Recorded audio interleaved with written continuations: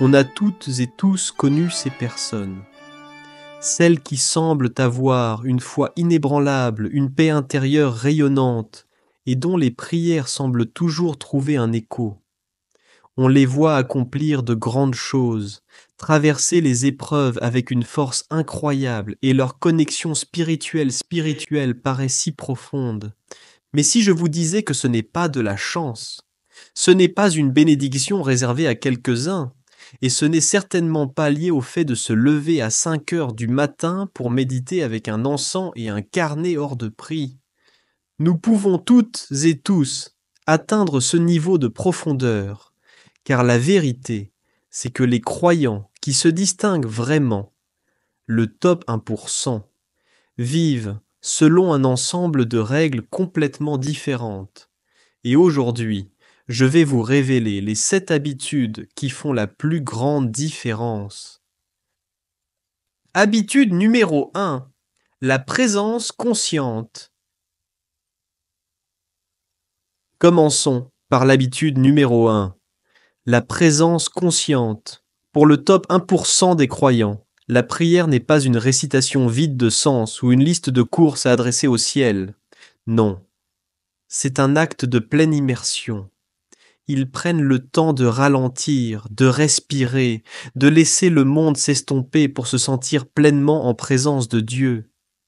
C'est une conversation intime du cœur, où chaque mot est pesé, chaque silence est entendu. Laissez-moi vous raconter l'histoire d'une femme que je connais. Appelons-la Éléonore. Pendant des années, Éléonore priait de manière traditionnelle. Agenouillée le soir, récitant des formules apprises. Un jour, submergée par le stress et l'impression que ses prières restèrent là sans réponse, elle a décidé d'essayer autre chose. Elle a commencé par s'asseoir en silence pendant quelques minutes avant de prononcer un seul mot.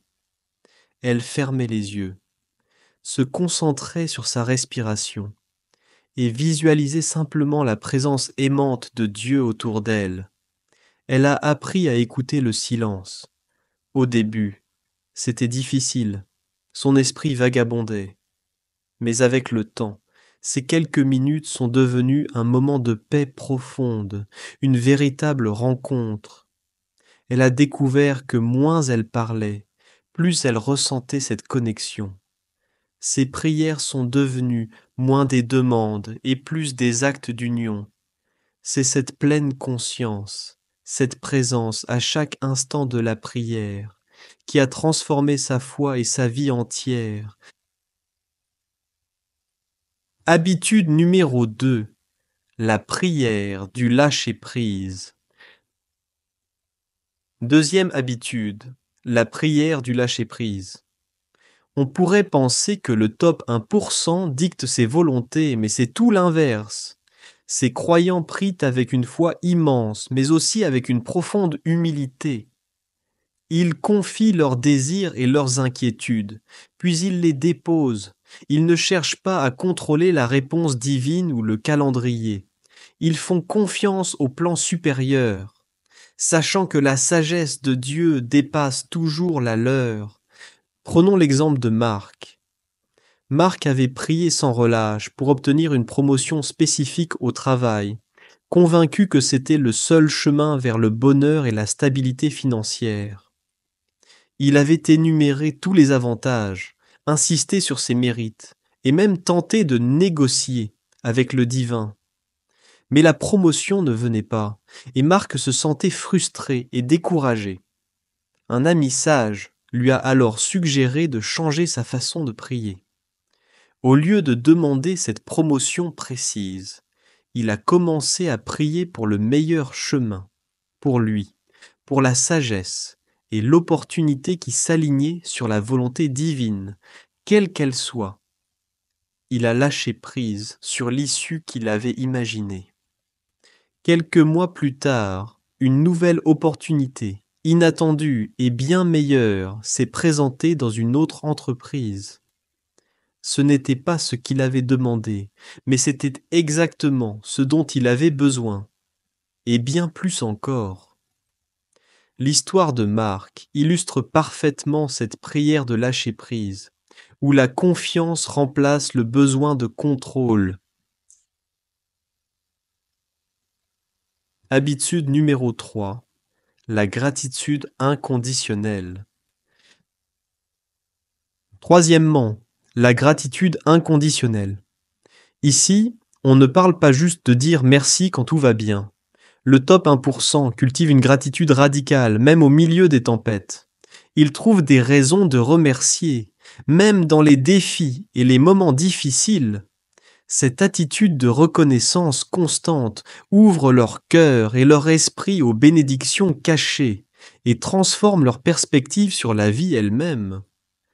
C'est une vérité intemporelle que l'on retrouve même dans les Écritures sacrées. Pensez à 1 Thessaloniciens 5,18 qui nous dit « En toute chose rendez grâce, car c'est à votre égard la volonté de Dieu en Jésus-Christ. » C'est un appel à la gratitude, non pas pour ce que nous recevons seulement, mais en toute chose, car c'est dans cette perspective que se révèle la volonté divine. Habitude numéro 4. L'écoute profonde. L'habitude numéro 4 est l'écoute profonde. Beaucoup de gens prient en parlant, n'est-ce pas? Mais le top 1% des croyants passe autant, si ce n'est plus, de temps à écouter. Ils créent des moments de silence sacré, attentifs aux murmures, aux inspirations, aux intuitions qui peuvent venir d'en haut. Ils savent que la prière est un dialogue, pas un monologue bruyant.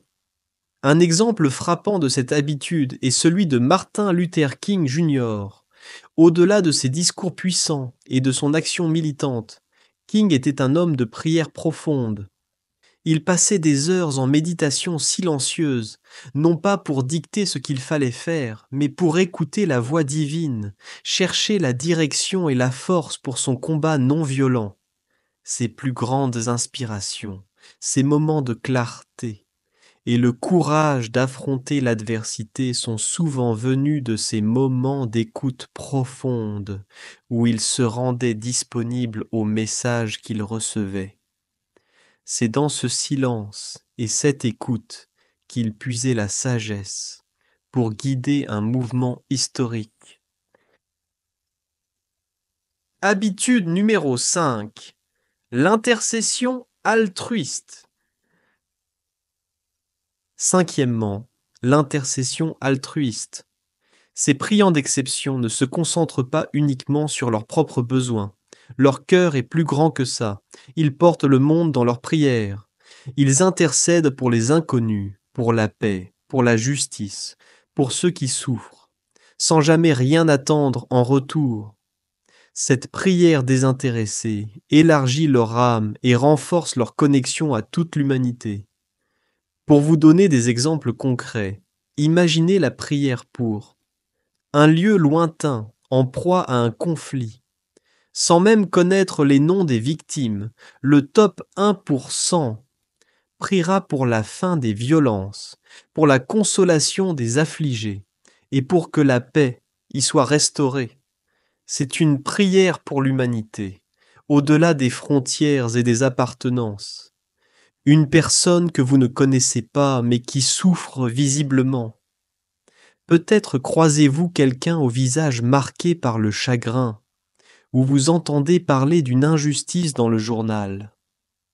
Ces croyants vont spontanément élever une prière silencieuse pour cette personne, demandant le réconfort, la justice ou la guérison. C'est un acte de compassion pure, sans contact direct. Le bien-être de vos adversaires ou de ceux qui vous ont blessés. C'est sans doute l'une des formes d'intercession les plus puissantes et les plus difficiles. Priez pour le bien de ceux qui vous ont fait du tort, demandez la paix pour eux ou la sagesse pour leurs actions. C'est une prière qui vise à transformer la négativité en lumière et qui démontre une foi et un amour inconditionnel.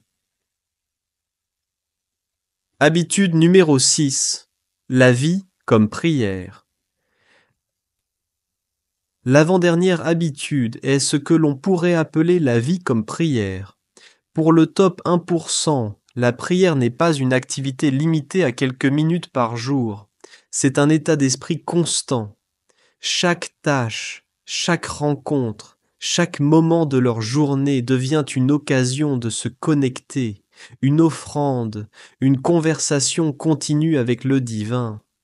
Leur existence entière est une prière vivante. Prenez l'exemple du frère Laurent de la Résurrection, un moine carme du XVIIe siècle, connu pour sa pratique de la présence de Dieu au quotidien. Il était cuisinier au monastère, une tâche a priori très ordinaire. Pourtant, le frère Laurent n'a pas réservé sa prière à la chapelle.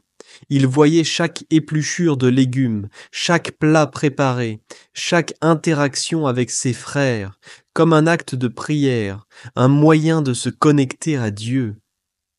Il disait que le secret n'était pas de changer nos occupations, mais de les faire par amour de Dieu. Pour lui, la prière n'était pas une interruption de sa vie, mais la substance même de sa vie. C'est cette capacité à transformer le profane en sacré, l'ordinaire en extraordinaire, qui caractérise la vie comme prière pour les croyants d'élite. Habitude numéro 7. La foi ancrée. Enfin, la 7e et dernière habitude, la foi ancrée. Le top 1% des croyants prient avec une certitude absolue. Leur foi n'est pas vacillante, elle est comme une ancre solide. Ils savent que leurs prières sont entendues, même quand les réponses ne sont pas immédiates ou évidentes. Cette foi inébranlable les pousse à persévérer, peu importe les apparences, sachant que la lumière finit toujours par briller. Et croyez-moi, cette habitude peut être la plus difficile à cultiver.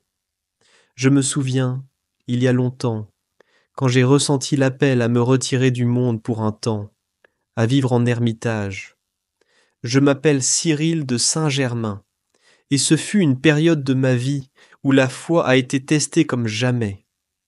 Il y avait des jours où le doute s'insinuait, lourd, pesant, comme une montagne insurmontable. Les prières semblaient s'échouer dans le vide, et le silence de Dieu était assourdissant. J'ai connu ces moments de découragement profond, où l'on se demande si l'on ne se berce pas d'illusions. Mais c'est précisément dans ces abîmes que le courage est né. Non pas le courage d'affronter l'extérieur, mais celui de persévérer dans la foi, de maintenir cette ancre, même lorsque le bateau tanguait violemment. Et puis, un jour, au milieu de la solitude et de l'incertitude, une épiphanie, une certitude intérieure, douce mais inébranlable, que je n'étais pas seul, que chaque prière avait été entendue, même si la réponse n'était pas celle que j'attendais. Ce fut une délivrance. Ce n'est pas que toutes les difficultés ont disparu, mais la perspective avait changé. La foi était devenue une connaissance intrinsèque, une certitude qui dépassait la compréhension. Et c'est cette foi ancrée qui m'a porté et qui continue de me porter. Voilà, les 7 habitudes qui distinguent le top 1% des croyants.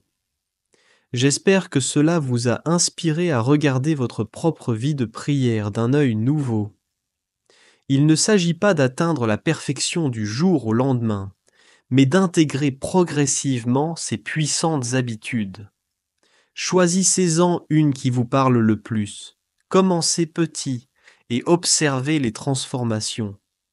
Et comme une aide n'est jamais de trop pour les braves, rappelez-vous que les anges sont là pour vous aider. Ils sont des messagers divins, prêts à intervenir pour peu que nous sachions les solliciter. Justement, dans la description de cette vidéo, vous trouverez un guide pour apprendre à faire en sorte que les anges écoutent vos demandes et répondent à vos prières. Si cette vidéo vous a éclairé, N'hésitez pas à la partager, à laisser un commentaire pour nous dire quelle habitude vous allez adopter, et bien sûr à vous abonner à notre chaîne pour plus de contenu inspirant. Merci de nous avoir rejoints aujourd'hui. Que votre chemin de foi soit rempli de paix et de profonde connexion. À très bientôt. /